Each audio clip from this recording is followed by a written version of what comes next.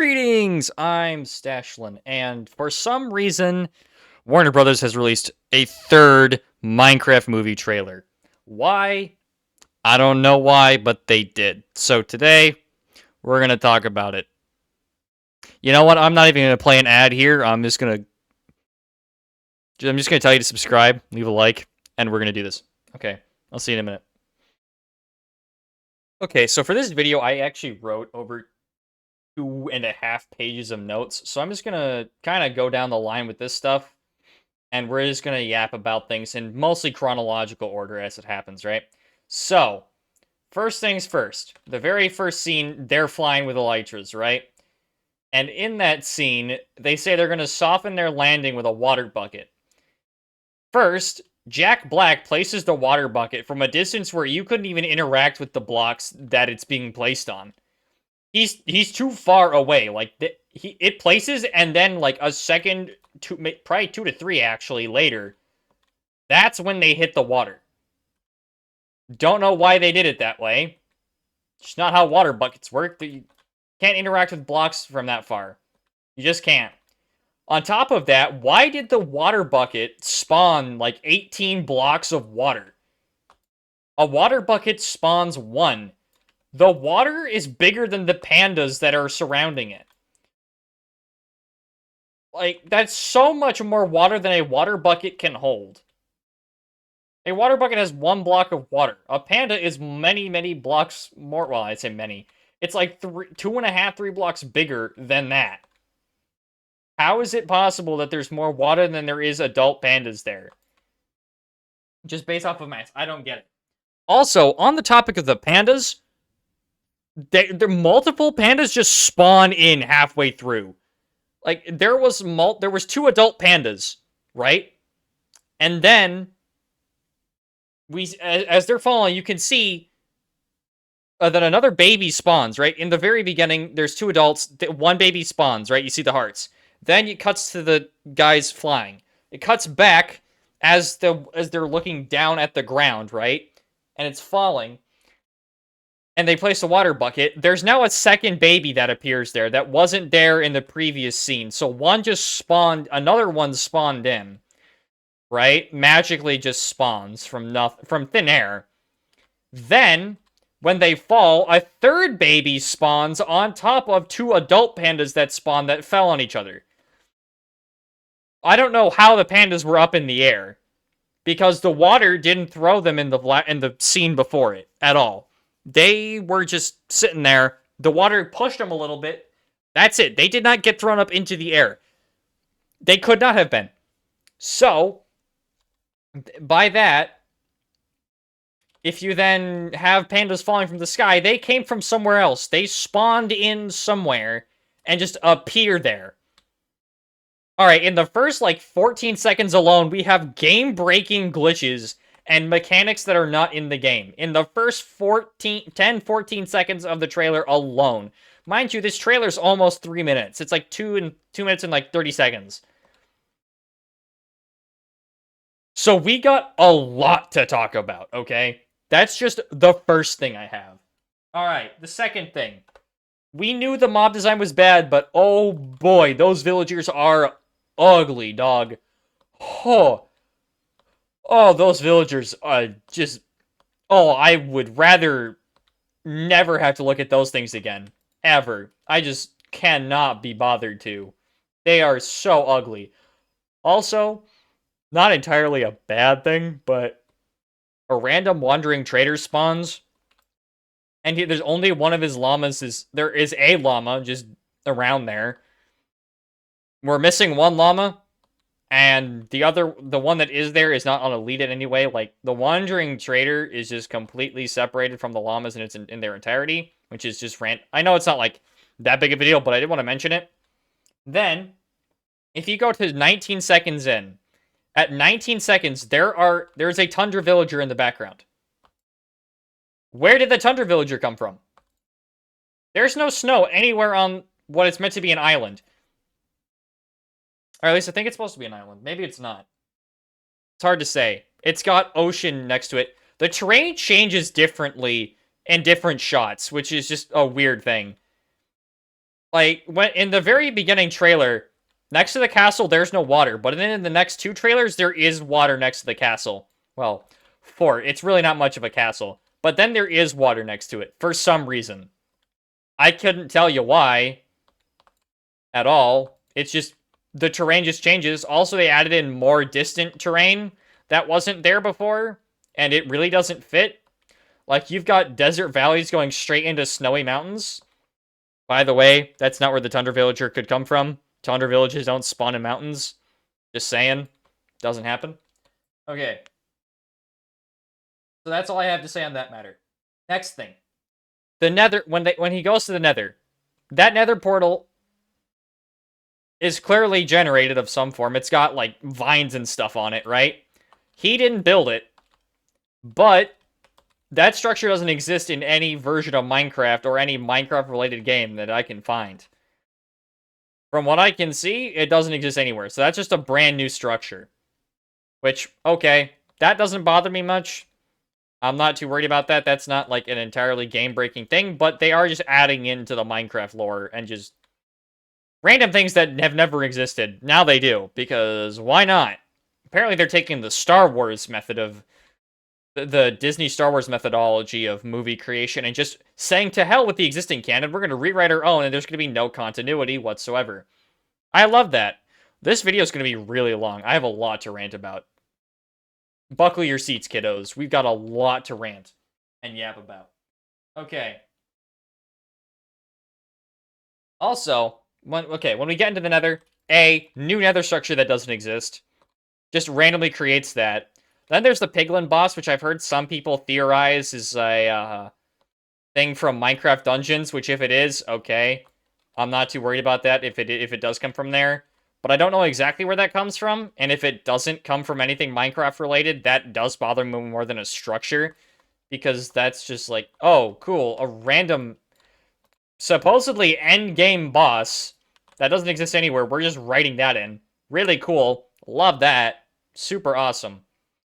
And then he kills a baby piglin in one hit with a sword. Even a maxed out netherite sword with efficiency 5, or not efficiency, sharpness 5. And it can't one hit kill a piglin. There is no, even a baby piglin. There are no weapons that one hit kill baby piglins. Aside from like a jump crit, but he clearly doesn't jump, so that's negligible anyway.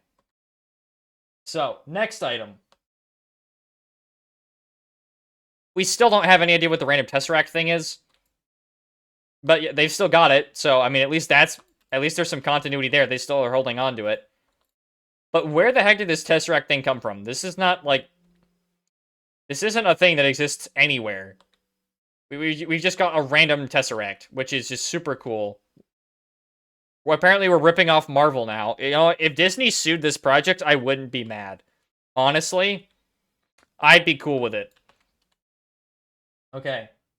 Yeah. They just randomly add in other languages. Like, Jason Momoa's character not only speaks Spanish randomly, but he adds in another language when he's, like, pretending to say goodbye, apparently.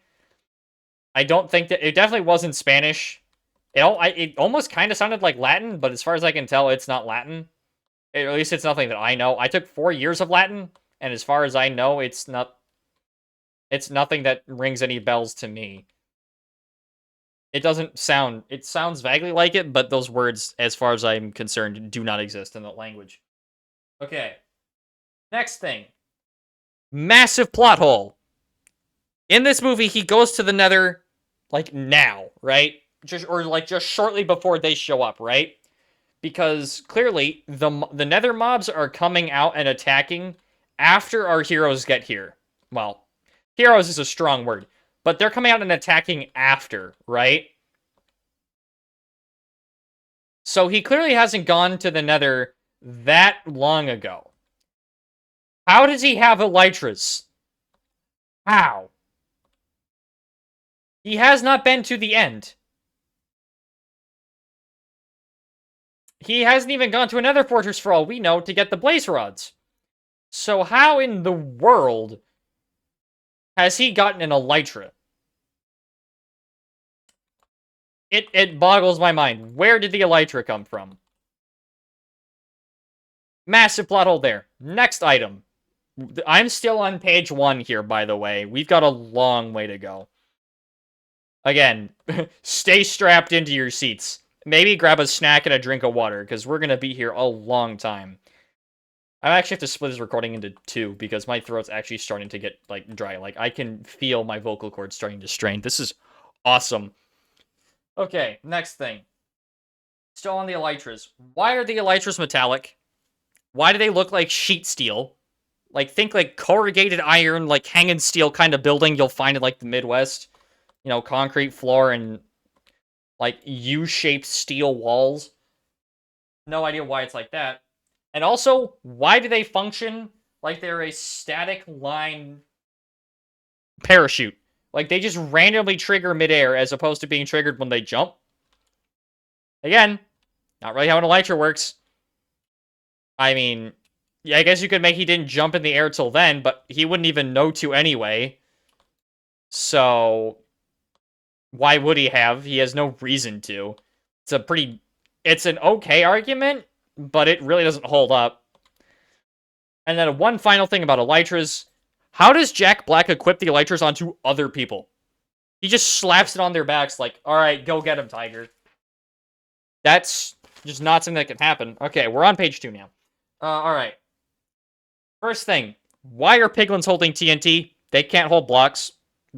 Kind of minor, but again, what's going on with that? Then, we get to the scene where the, I can't remember the actor's name, but it's the other woman, not the young teenage girl, but the other one. And she's blowing up skeletons with a piece of TNT. When it cuts to the kind of wide shot looking down at the redstone line, that's more than 15 blocks of redstone. And there's no repeaters that we can see. So the redstone signal is longer than it could be normally. And then also in that time, we also see new tree variants. There are willow-looking swamp trees in a normal forest biome. They don't spawn there. Never have. There's no reason a tree like that could be there. It's just not possible. But for some reason it's there, which is really cool, really great. I love that so much. Right? So, after that, let's see here. I can't even read my own handwriting. I was writing so quickly taking these notes. Oh, yeah. After that, Jason Momoa, we see the creeper scene again for the 3rd time from another angle. How does he survive a creeper blast from point blank with no armor? He just types shit, deals with it, and moves on with his life. Just thugs it out. Dog, not possible. I don't care who you are. Jason Momoa, Dwayne The Rock Johnson, I don't care. Whatever Hollywood tough guy you want to put up, I don't care who it is. That's not possible to do that.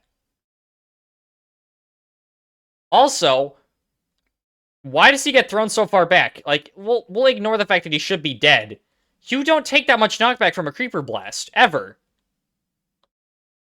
That just doesn't happen. And one more thing with the creeper before I move on to something else. Why does the creeper... Actually, 2 more things. Why does the creeper look hollow? Like, we can see inside of it. Why is it hollow? There's no reason for the creeper to be hollow. And why does it take so long to blow up? Creepers do not take that long to blow up. They just don't. But yet, for some reason, this creeper takes like an eon and a half to do it compared to a normal creeper. Okay.